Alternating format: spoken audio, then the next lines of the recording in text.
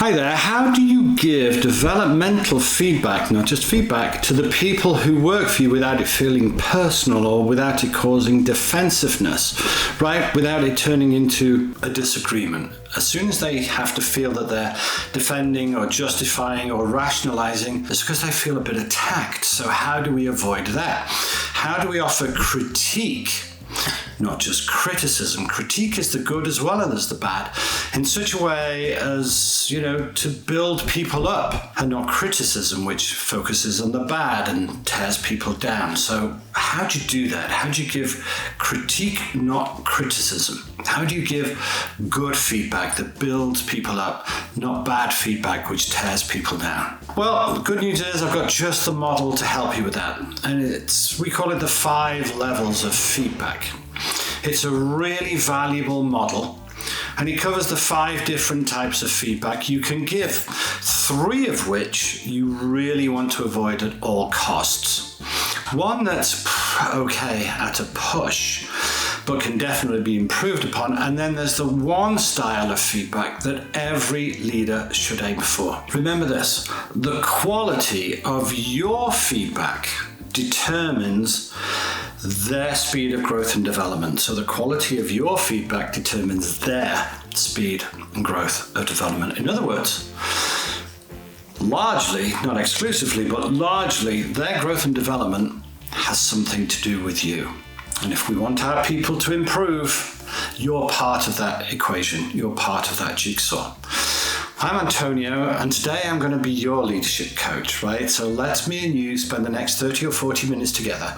We'll break this model down, we'll break this principle down, and by the end, you'll have very tools you need to give really good feedback really effectively. Why? Well, this way you can finally begin to stop managing and start leading.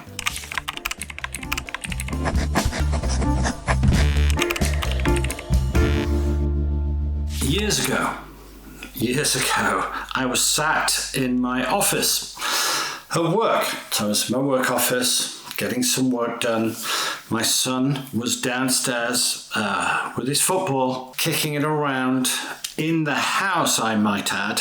I wasn't aware of this until I heard an almighty crash and a smash and a clatter, and clearly something rather dreadful had happened. I raced downstairs, as you can imagine, and my wife's prized, treasured crystal vase lay in 1,000 pieces on the floor, with a very red-faced Alexander with a football in his hand.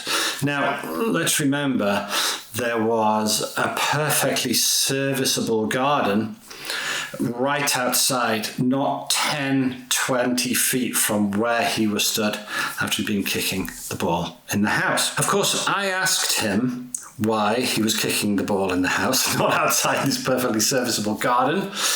And he said what most 6 or 7 or 8 years would say when a very overbearing parent comes barreling down and asks them why did they do such a dumb thing.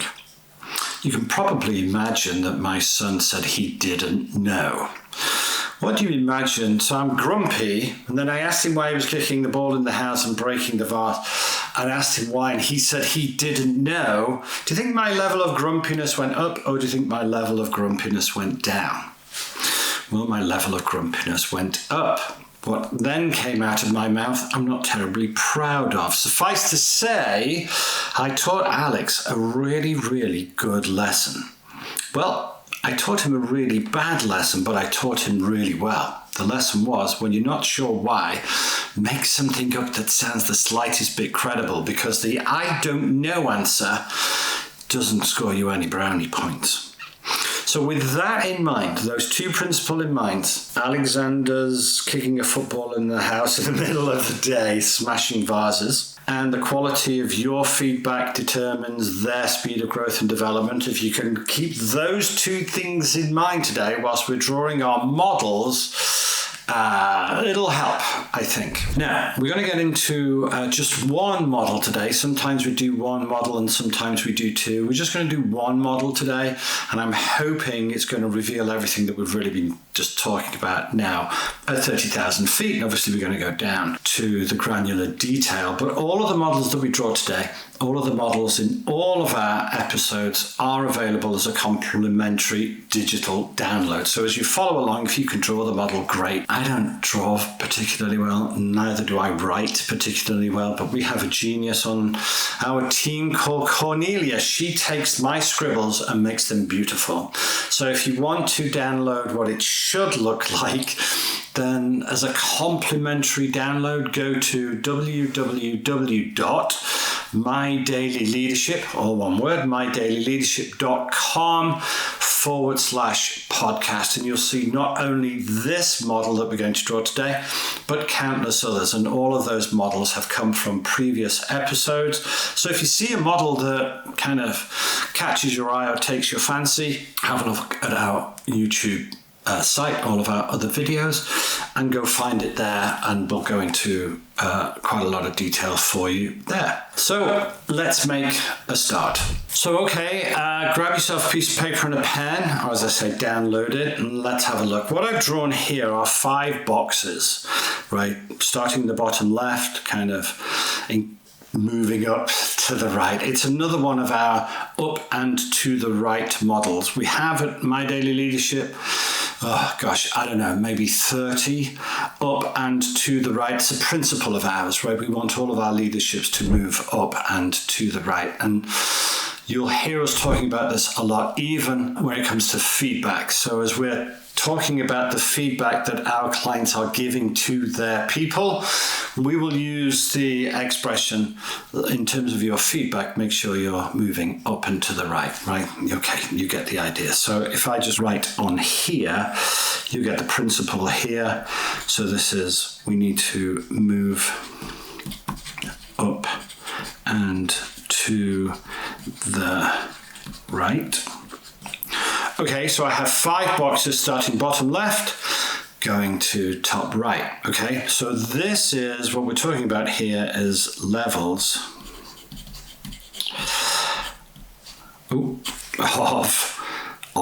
of feedback. Cornelia will fix that. Fix that, Cornelia. That says off, and it means off. Okay, cool. So we're going to start with the dreadful, right? What kind of feedback is just awful, dreadful? For the sake of being politically correct, we're just going to say very poor feedback. So there's a feedback that we can give that is, it's just very poor, right? So we see it all of the time. I wish we didn't see it. You probably do it. We don't like it. We just call it very poor. So that's dreadful. Then when we get a little bit better in terms of our ability to give good feedback, we then get from very poor to just poor. And of course, again, that also needs to be avoided at all costs. Where do we go that's better than poor? Well, it's kind of below expected. So we can give feedback that really is below what's expected of, a good leader.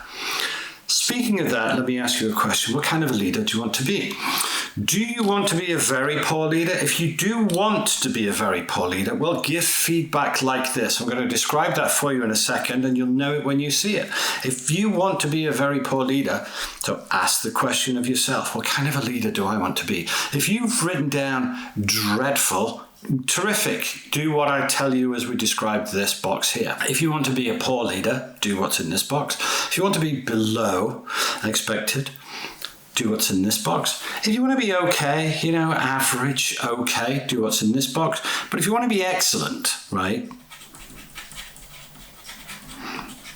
If you want to be an excellent leader, then do what's in this box. And so it's an interesting principle. It sounds really too simple to be true. But when we first start working with our clients, we invariably ask them this question: what kind of a leader do you want to be? We never hear below average.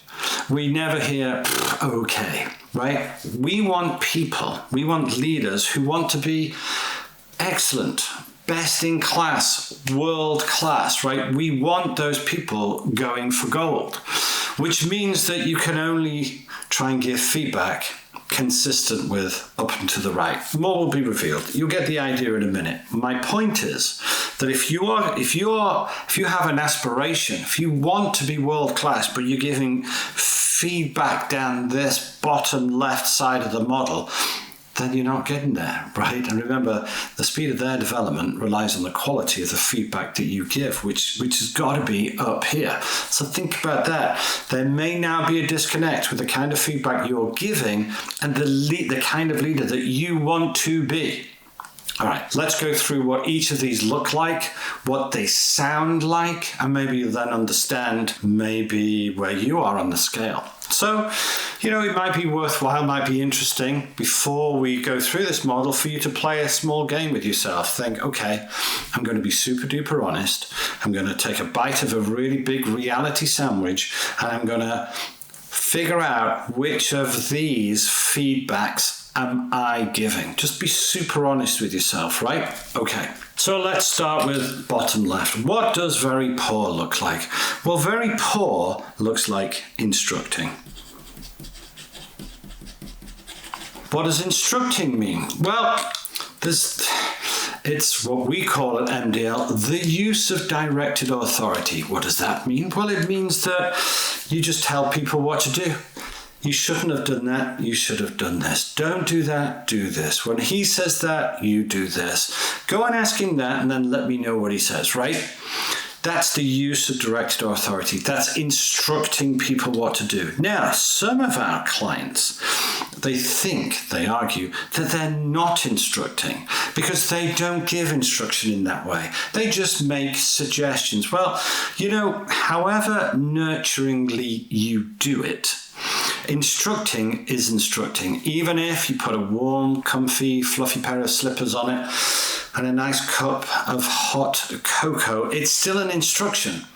It's a brave individual where their boss says something like, hey, John, you might want to think about doing it this way, right? And not taking that as an instruction, because in 4 weeks' time, when you come and say, hey, how did that project go that I talked to you about? It takes a brave individual to say, yeah, boss, I didn't do it that way. I did it another way.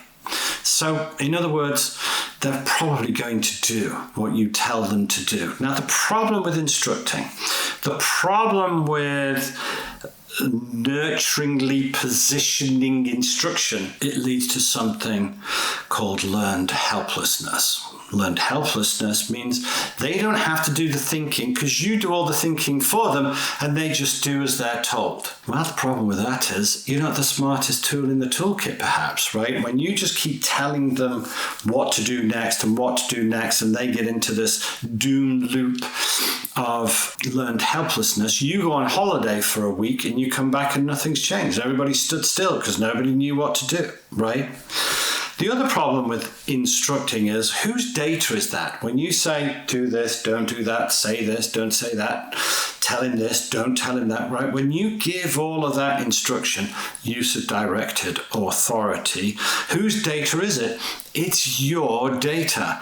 Well, they don't believe your data. They believe their own data. Remember this, our 4 rules of management. They never believe what you tell them. They rarely believe what you show them. They'll often believe what somebody else tells them, but they always believe what they tell themselves. So instructing is this. They never believe what you tell them. So sometimes they'll nod and they'll go, okay, boss, yeah, okay, boss, I got you, right? In other words, they're going to do what they're told. They're just going to follow the instruction, but it's not their data. And frankly, they don't believe it. So they take your instruction and they go out into the world and they try and do what you told them to do that they've nodded to. Why? Because you're the boss. The world gives them some resistance, right? They hit the speed bump, the pinch point, they get some resistance, and then internally they say to themselves, God, my boss has no idea what he's talking about, right? And they cave.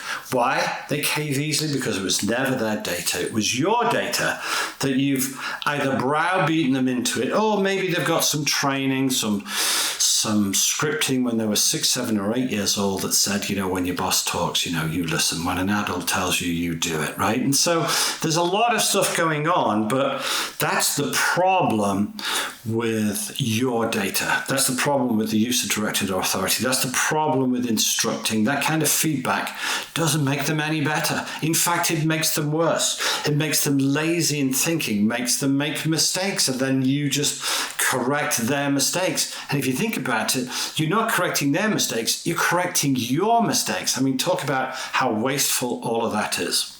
So there's no ownership on behalf of the individual. There's very low effort. And we talked in one of our, either an episode that's just come or one that's just coming up, we talk about levels of commitment and levels of work ethic. When you just tell people what to do and they do it, okay, that's a work ethic issue. Level of commitment, no. You're not inspiring them. You're not having them commit to anything. So the first worst way of giving feedback is it's just awful, just telling them what to do. So don't do that, because that's very poor. Okay, what's better, or rather the next best thing? It's not good, but it's better than telling them what to do. This is one that surprises people very often. I would rather, instead of you tell them what to do, I would rather you say nothing. Nothing is dreadful, and I know, I know that you're the kind of person that likes to give feedback, right? Critique, not just criticism. But you know what? I'd rather you said nothing, which is dreadful, than just giving them instruction, which is very dreadful. I would rather you say nothing than you give instruction. No feedback, so here's the principle, no feedback, that's saying nothing, no feedback is to be preferred to bad feedback. If you give them nothing, well, at least things won't get any worse, right? So no feedback is better than bad feedback. Now, here's the problem with this. It doesn't develop you, the leader, the manager, and it doesn't develop them. So it's bad. But isn't it interesting that we put nothing ahead of instructing? So nothing is awful, and I know you're not going to be that dreadful, but instructing is even worse. Think about that for a second. I would rather you say nothing than just give instruction. Nothing is better than instructing, right? Okay, good. Before we go on, I just thought it might be worthwhile to just hit the pause button just for 1 second. Just metaphorically, not literally. Keep watching. Just sit back and relax. Get yourself a cup of coffee. And let me share with you a couple of things before we jump back into below expected, okay, and excellent, right? Before we get back into the content. For those of you who are new to the podcast, this is your first time with us, welcome. Thank you for joining us. Thank you for investing your time, effort, energy with us. Very warm welcome. I'm Antonio Garrido. I'm the founder and president of My Daily Leadership. Well, I'm a serial entrepreneur and a business leader, just like you, I guess, which is why you're here. I've written 3 books so far. I'm currently writing the 4th. We have a contract for a 4th that's coming out soon, and including this book right here, Hold Fast. One of our books is this one. It's called My Daily Leadership. It's a rollicking read. It's a powerful roadmap for leadership success. With every book, there is a free gift, and it's a photo of me on the back, right? I highly recommend it. It even smells gorgeous, right? And it works for everything from startups to Fortune 60s. How do I know? Because I've worked with everything from startup to Fortune 60s, and I've overseen billions of revenue and thousands of employees, and it goes from entrepreneur all the way, solopreneur all the way up to that. And when we designed this podcast, we knew we wanted to give real leaders real value and real ROI for the time that they invest in us. Now, I know then that you're all super duper busy. So we really do work hard to try and make sure that you leave each and every episode with a practical model, some genuine insight, and something you can apply to your everyday leadership challenges right away. And I hope today is no exception. So, with that being said, if you are finding value here, and I hope you are, then please take a moment to like this video, and please do subscribe to our channel on YouTube or follow us on your preferred podcast platform. It does mean a lot to us, and it does help. Your support helps us help even more leaders, which at the end of the day, that's what we're all about. So if you're on YouTube, drop a comment. Genuinely, take you 5 seconds. We do all of this stuff for free. Drop us a comment with your current biggest leadership challenge. We will then either point you to some kind of related episode that we've done to maybe help you out, or get around to creating a brand new one just for you, and we genuinely will. We read every comment and we promise to reply. Final thing before we head back to the 5 levels of leadership model. As I've mentioned, all the models we explain in all of our podcast episodes, including today's, are available to download for free on our website. The wonderful Cornelia from our team takes my very messy sketches. She transforms them. She puts the Cornelia glitter, pixie dust all over them, and transforms them into polished designs.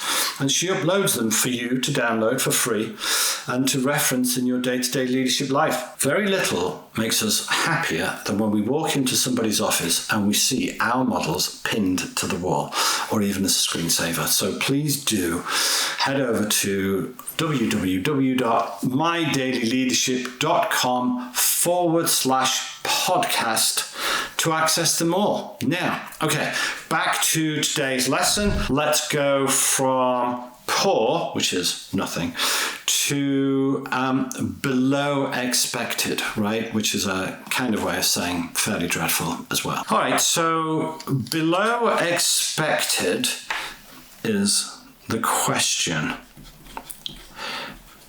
why? Now, I hinted at that before, if you remember. The problem with the question, why, is it actually is at the root of self-delusion.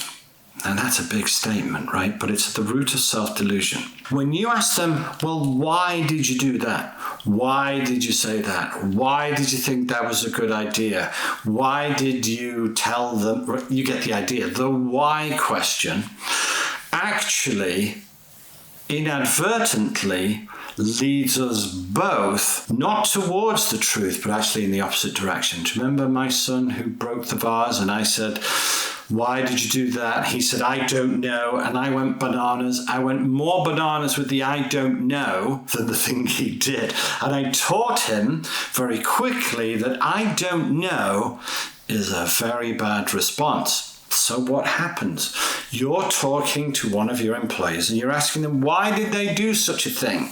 Subconsciously, they say, crikey, I better say, rather than say, I don't know, this is all subconscious, right?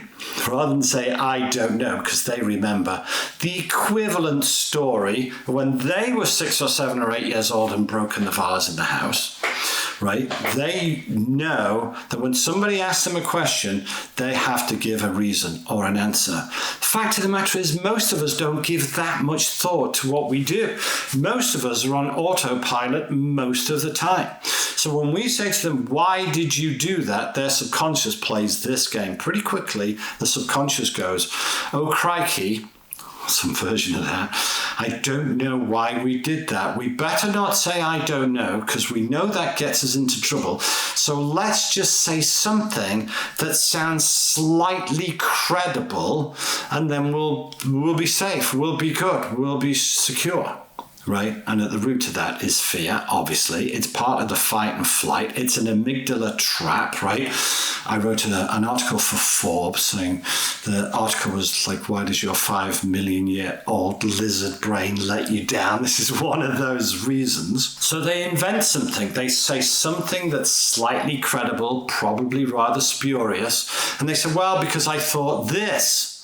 And actually, that's the first time that they thought that in their whole life. What you then do is you go, makes perfect sense. And then you try and fix the thing that they've just made up that actually isn't even true. Now we're just making something bad even worse, because now we're adding effort and energy and time and money and people to fix a thing that actually isn't even true, but it just sounds reasonably credible because it's better than I don't know. So when we ask why, they kind of invent an answer that feels reasonably true. And remember, of course, they never believe what you tell them. They rarely believe what you show them. They'll often believe what someone else tells them, but they always believe what they tell themselves. And as soon as their ears hear their mouth say the thing, the why, then they start believing it, and then they can start to defend it. And then we just get even worse, right? It's dreadful. The manager then tries to fix the issue, which actually is just a convenient untruth. I don't want to say a convenient lie. It's just a convenient untruth. The why question leads to a conversation that at best has them thinking, well, the next time I do it, I need to be a little bit more considered. So it's okay, is it? No, it's really below average. It's better than nothing. Then why did you do that? So at least they do some kind of self-reflection, even though it really only sketches at the margins, and it's very much better than, well, you shouldn't have said this, you should have said that. So why is below expected? Okay, so let's not do that. In fact, I'm going to be brave enough to say, let's not do that. Let's not do that, and let's not do that. I'm going to give you a tick for okay, and I'm going to give you a tick for excellent. Let's have a look at them. This is only one tick. This is a 2-tick, right? 2-tick box, right? Okay, so what's okay? And by okay, I mean acceptable. It's a passing grade. It's not an A, it's a C, okay? So I guess if this is an A, and I'm just making this up as I'm talking, if that's an A, that's a C, then I guess, that's an F, that's a U, and I don't even know what that is, right? Okay, what does a C player manager do? I'm giving you presumptive. Presumptive. Now, the presumptive approach to feedback is okay. It's not perfect. It's better than why. It's significantly better than nothing. And it's a different continent to instructing. What does presumptive look and sound like? Well, presumptive, I'll just expand a little.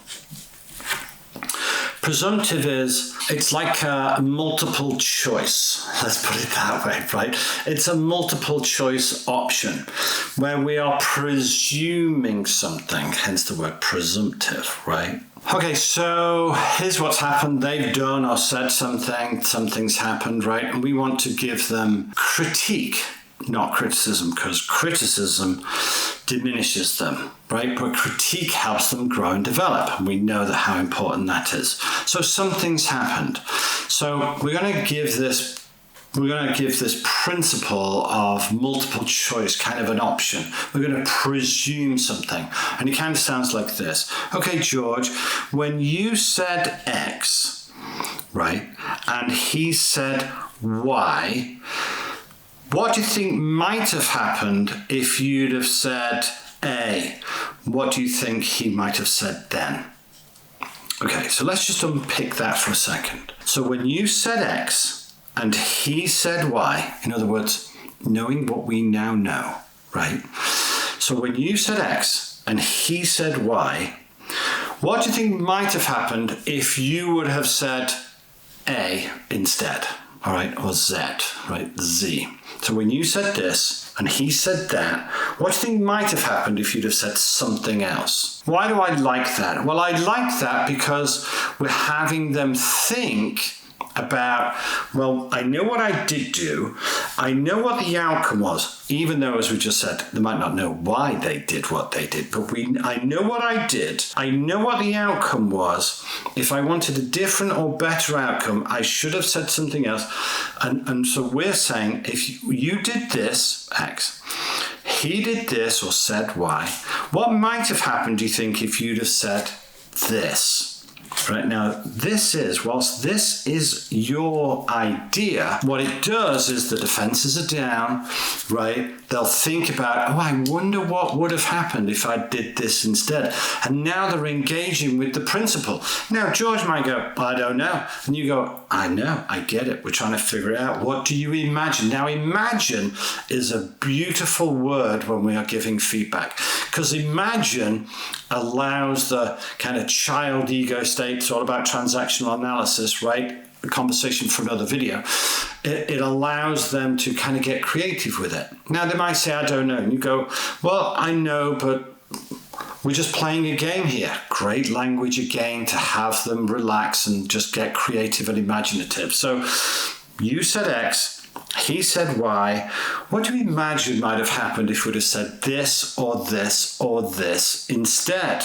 Now, the beauty of that is you give them some kind of way of thinking about it, some structure to it, right? But we're using presumptive. It could also sound like this. So I presume you told him an X, Y, Z. And then the other person might say, well, actually, no, I didn't. And then instead of saying Y, which we're not going to do because that's going down and to the left, we're going to go, okay, well, what do you imagine might have happened if we had said that, right? So when you said, another way of asking it is, okay, George, well, when you said this or this or this, what did he say? And I'm okay if George goes, well, actually, I didn't say any of those things. You don't say why. You just say, okay, well, what if we had? What do you imagine might have happened? Remember, we are where we are and we can't row back, right? But we're looking at things in the rear view mirror. And hindsight, as we all know, is kind of 20/20 vision. So all I want us to do is look at something that's happened and ask them to think about if they had the chance to do it again, what other way could they approach it? And that's how we develop that. Okay, so you said X, he said Y. What do you think might have happened if we'd have gone a different way? What other ways could we have approached that? And have them explore it, have them think about it, have them reflect on it. Now, you know, my wife's from Yorkshire, and one of their expressions is, there's now as queer as folk, right? People are odd, people are weird. They do and say weird stuff. We all know that, right? Occasionally, that might be us too. So it's okay to say, listen, people are weird. So when we said this, we expected them to do that, but they didn't do this, they did that. What if we, instead of saying that, we'd have said something else? We could have said this or this or this. What do you think might have happened, right? That's a better way of having them think about the consequences of their actions, but at a fairly superficial level. But it's better than why, because why we're dealing with a total fiction. At least this way we're dealing with potential or imagination. What it does is it builds up an argument in their mind for them to say to themselves, next time I do this, I might approach it a different way. Whose data is that then? That's their data now. It's not your data. Remember, they never believe what you tell them. They rarely believe what you show them. They often believe what someone else tells them, but they always believe what they tell themselves. And we're trying to get them to tell themselves a better approach might have been. Now, we're going away now from criticism towards critique, and critique is so much better. Okay, well, so that's okay. Presumptive, multiple choice, when you said this and he said that, what do you think might have happened if you'd have said this, that, or the other, right? So that's good. And that's a very, very easy segue to giving much better feedback than criticism, because instruction and nothing and why all end up feeling like criticism. And diminish the individual. Now, there's a whole piece that we're going to do another video on about. Normally we're commenting on somebody's role performance, right? When we're giving feedback as a consequence of something they've done, some role performance or some results as a consequence of their role performance. And we want their role performance to increase. And if we give them feedback in a way that diminishes how they feel about themselves, here's the kicker, we can only perform in our role consistent with how we see ourselves conceptually. Then if we diminish someone, we're actually going to drag down their role performance. versus if we build them up, we'll build up their raw performance. It's a whole thing. We'll do it in a future episode. It's marvelous. It's like eye-opening. It's like a new day, right? So we will come into that pretty soon in a future episode. All right. So what do I want? If I don't want any of this stuff, what do I want? It's real simple. And I can say it in 3 words. Well, I can say it in 1 word. So what is better than presumptive is the question, what? So actually, in 3 words, I'm going to give you all of this in 3 words.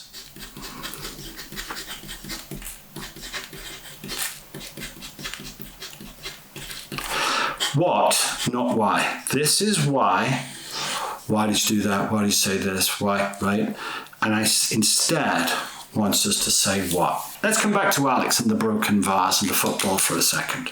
I asked the 6, 7-year-old, 8-year-old Alex, why did he decide to kick the football in the house? And of course he had no idea. So he made something up and it just all went dreadful and everything went from bad to worse. What I should have said, and what I said thereafter, not only to Alex, but for all of the kids, instead of asking them why, I started to ask them what. What's a genius question? In this instance, in terms of feedback, let me explain. Okay, George, you said this and he did that. Let's just put a full stop after that for a second. So George, you said this and he said that, or you did this and he did that. You suggested this and this is what happened. You did this thing and as a consequence of that, this thing happened. You get the idea, right? You did or said something or failed to do something and as a consequence of that, this thing happened. For example, a broken vase, right? And instead of saying why did you kick that? Why did you do that? Instead of all of that, because we are where we are. We are where we are and we can't row back, right? So we're in the predicament that we happen to be in. That sometimes, remember, in terms of the feedback that you give really good feedback, right, to good things that they do, not just the things that fall below our expected goal, perhaps, right? Because what gets rewarded also gets repeated. So sometimes up and to the right is also, what did you do? What we're going to do next? I'll come back to that in a second. So instead of the why did you do that? Why did you think that would be a good idea? Instead of all of that, we are where we are. We can't row back. Here's the question. Okay, George, you said this. He said that. What are we going to do next? So what are we going to do next? This is why it's what, not why. Now, what are we going to do next is a great opportunity for, well, we could do this, we could do that, we could do the other. In other words, let's deal with the consequences, right? Knowing what we know now, what should we do next? Knowing what we know now, what should we do differently next time? Knowing what we know now, what did you learn from this? Knowing what we know now, what can I help you do to succeed? You get the idea. They're all what? They're all what questions. They're what statements which are based in the future. Why is based in the past. We can't do anything about the past. What we can do something about is the future. So what do you think the right course of action will be? What do you think we should do now? What do you think his response to that might be? You get the idea, I'm sure. And don't forget, of all of those questions that I just asked you, knowing what we know now, what should we do next? What would you do differently next time? What could we learn from this? What could we tell others, right? One of the most important, maybe the most important one is, what can I do in order to help you succeed? So that's your job. Why? Because the quality of your feedback determines their speed of direction and improvement. So that's why we say, look, what, not why. Let's not beat anybody up for doing something that they don't even know why they did it in the first place. Let's just deal with the future. We are where we are. What are our options going forward? And when they think about, well, we could do this, we could do that, we could maybe say this, we could maybe say that, right? Now they're thinking and dealing with and accepting the consequences of their actions or inactions in a way that instructing doesn't. You did what? Okay, well, tell him this and tell him that and tell him the other, right? They don't learn. They don't think about it. They just do as they're told. They just go, yes, boss, and hope for the best. Well, hope doth butter no parsnips, right? That's no good. Hope isn't a high growth strategy. You know that by now, okay? So that's why we say what, not why. What, the what conversation, we are where we are, can't row back, no, what should we do next? That is how we give really good feedback. We're not diminishing anyone for what's happened. We're building them up and giving them encouragement, giving them confidence for what comes forward. Now, here's the trick. Sometimes when they suggest what should do next, they may be right. You may be wrong. So maybe it's time for some management by exception. Maybe it's time for what might look like, what would the early milestones for success look like, what would the guideposts look like, how should we review it, all of those good things, those good hygiene things around the goal. I know you know how to do that. So here's what I want you to remember from today. When we're giving feedback, the way that we move up and to the right is by asking what should we do now? Rather than why. Why did you do that? Good.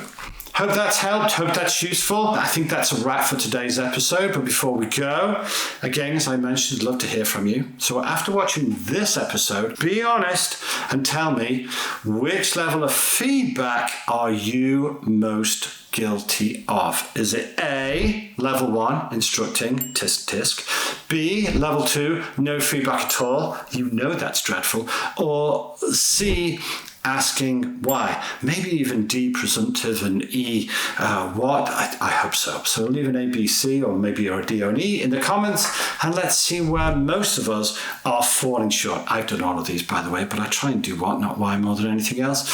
So not for much longer, though, will we continue to make these mistakes. So what shall I say other than thank you ever so much for tuning in to another, I hope, glorious episode today. As always, I hope this episode offered you something of value, even if it's just one tool, one tip that improves your ability by just 1%. How great would that be? Remember, enormous power in marginal gains consistently applied over time. Don't forget to like, follow, and subscribe for more episodes just like this. In the next episode, we're talking about two of the most important topics in leadership. If you think this was good, wait till the next one. It's about trust and truth. Every leader needs a solid strategy for both. So think about this. What is your strategy for trust? What's your strategy for truth? If you don't know or you don't have one, tune in. I'm Antonio Garrido with My Daily Leadership. Genuinely thanks for being here. Love you lots like Jolly Tots. Until next time, by wisdom and effort, see ya.